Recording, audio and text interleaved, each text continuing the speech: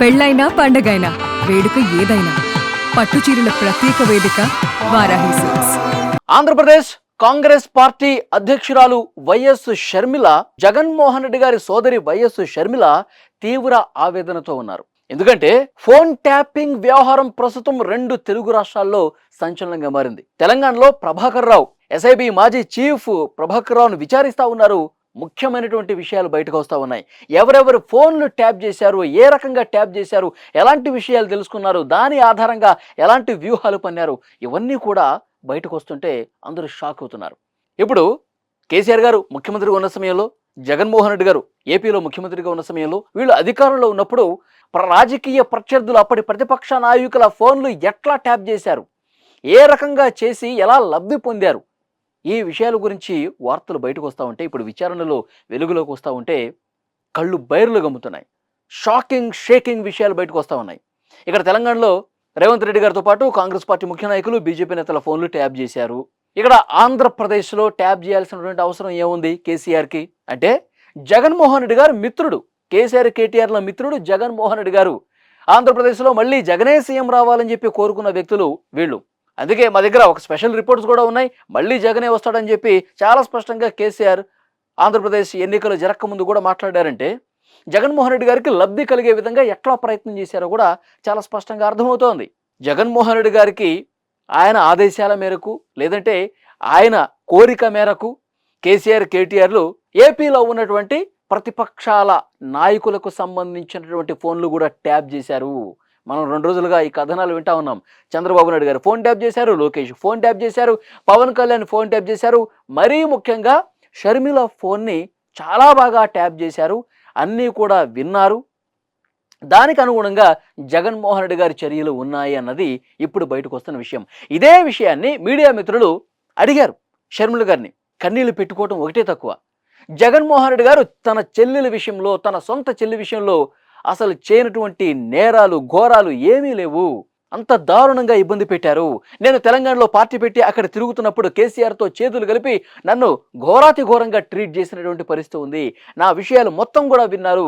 అక్కడ తెలంగాణలో నేను నా సొంతంగా పార్టీ పెట్టి ప్రజల్లోకి వెళ్తూ తెలంగాణ ప్రజల కోసం ఏదో ఒకటి చేయాలన్న ఆలోచనతో నేను కార్యక్రమాలు రూపొందించుకుంటూ ఉంటుంటే ప్రతి విషయం కూడా విని ఫోన్ ట్యాపింగ్ చేసి నన్ను చాలా రకాలుగా ఇబ్బంది పెట్టారని చెప్పి మాట్లాడుతూ ఉన్నారు షర్మిల.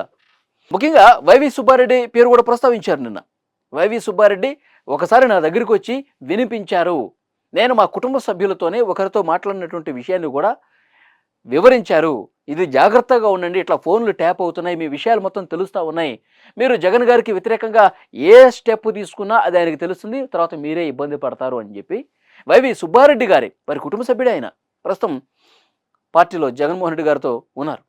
వారు వినిపించారు ఒకసారి షర్మిల దగ్గరికి వచ్చి, మీరు జాగ్రత్తగా ఉండాలమ్మా, ఇది కరెక్ట్ కాదు అని చెప్పి జగన్మోహన్ రెడ్డి గారు పంపించారు. వైవి సుబ్బారెడ్డిని పంపించి ఫోన్ వినిపించండి షర్మిలకి, నా చెల్లెళ్ళకి వినిపించి జాగ్రత్తగా ఉండమని చెప్పండి, మనకి వ్యతిరేకంగా ఏ కార్యక్రమం చేసినా సరే ఆమె ఇబ్బందుల్లో పడుతుందని చెప్పి ఒకసారి చెప్పిరండి, స్వీట్ వార్నింగ్ ఇచ్చిరండి అని చెప్పి జగన్మోహన్ రెడ్డి గారు పంపించారంట. సరే, ఇప్పటికే చాలా రకాలుగా ఇబ్బంది పెడతా ఉన్నారు, ఇది పెద్దగా ఇబ్బంది కాదులే నాకు అని చెప్పి లైట్ తీసుకున్నానని చెప్పి కూడా చెప్పారు షర్మిల. ఆర్థికంగా, రాజకీయంగా తీవ్రంగా అణగదొక్కే ప్రయత్నాలు ఇటు కేసీఆర్ నుంచి ఇటు జగన్ వైపు నుంచి ఉన్నాయి.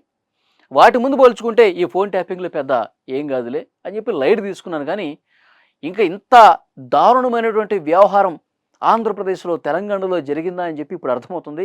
ప్రభాకర్ రావును విచారిస్తే బయటకు వస్తున్న విషయాలు తెలుసుకుంటుంటే ఇంత దుర్మార్గంగా వాళ్ళు రాజకీయంగా ఎదగటం కోసం, వాళ్ళు ఆర్థికంగా ఎదగడం కోసం కుటుంబ సభ్యులను కూడా వదలరు. సొంత తల్లినే కోర్టుకి ఇచ్చినటువంటి వ్యక్తి నా అన్న జగన్మోహన్ రెడ్డి. సొంత చెల్లి పిల్లల్ని చాలా దారుణంగా మోసం చేసినటువంటి వ్యక్తి జగన్మోహన్ రెడ్డి అని చెప్పి షర్మిల మాట్లాడుతూ ఉన్నారు, ఆవేదనతో ఉన్నారు. ఆయనకి అధికారమే ముఖ్యం, ఆయనకి ముఖ్యమంత్రి సీటే ముఖ్యం, దానికోసం ఎంతకైనా దిగజారిపోతాడు జగన్మోహన్ రెడ్డి అని చెప్పి మాట్లాడుతున్నారు వైఎస్ షర్మిల.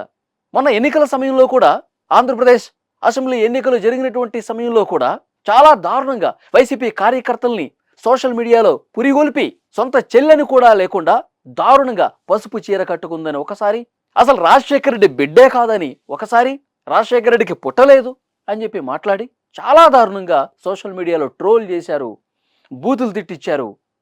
అవన్నీ కూడా పంటి బిగువన భరించాను. జగన్మోహన్ రెడ్డి ఆయన అధికారం రాకముందు మేము ఎంత కష్టపడ్డామో రాష్ట్ర ప్రజలందరికీ తెలుసు. ఆయన ముఖ్యమంత్రి కావాలని కోరుకున్నాం, ఆయన కోసం పాదయాత్ర చేశా, పార్టీ కోసం చాలా కష్టపడ్డాం. కానీ ఇప్పుడు అధికారంలోకి వచ్చిన తర్వాత తన భార్య మాటలు విని, వైఎస్ అవినాషరెడ్డి మాటలు విని, తల్లి చెల్లినే కోర్టుకి ఇడ్చి చాలా దారుణమైనటువంటి ఘోరాలు చేశాడు జగన్మోహన్ రెడ్డి. కానీ దేవుడు ఉన్నాడు, దేవుడి మీద నాకు నమ్మకం ఉంది, నా కష్టం మీద నాకు నమ్మకం ఉంది, మళ్ళీ నేను రాజకీయంగా కష్టపడి పని చేసుకుంటూ ముందుకు పోతాను అని చాలా ఆవేదనతో మాట్లాడుతూ ఉన్నారు వైఎస్ షర్మిల. సో ఫ్రెండ్స్, మీకేమనిపిస్తోంది వైఎస్ షర్మిల గారు చేస్తున్నటువంటి వ్యాఖ్యలు? జగన్మోహన్ రెడ్డి గారు ఫోన్ ట్యాపింగ్ చేసి తను నానా రకాలుగా ఇబ్బంది పెట్టారు అని వస్తున్నటువంటి వార్తల మీద షర్మిల గారు స్పందించడం మీద మీరేమంటారు? నిజంగానే జగన్మోహన్ రెడ్డి గారు తన సొంత చెల్లి ఫోన్ ట్యాప్ చేసి ఇబ్బందులకు గురి చేశారని చెప్పి మీరు కూడా నమ్ముతున్నారా? కామెంట్ రూపంలో తెలియజేయండి.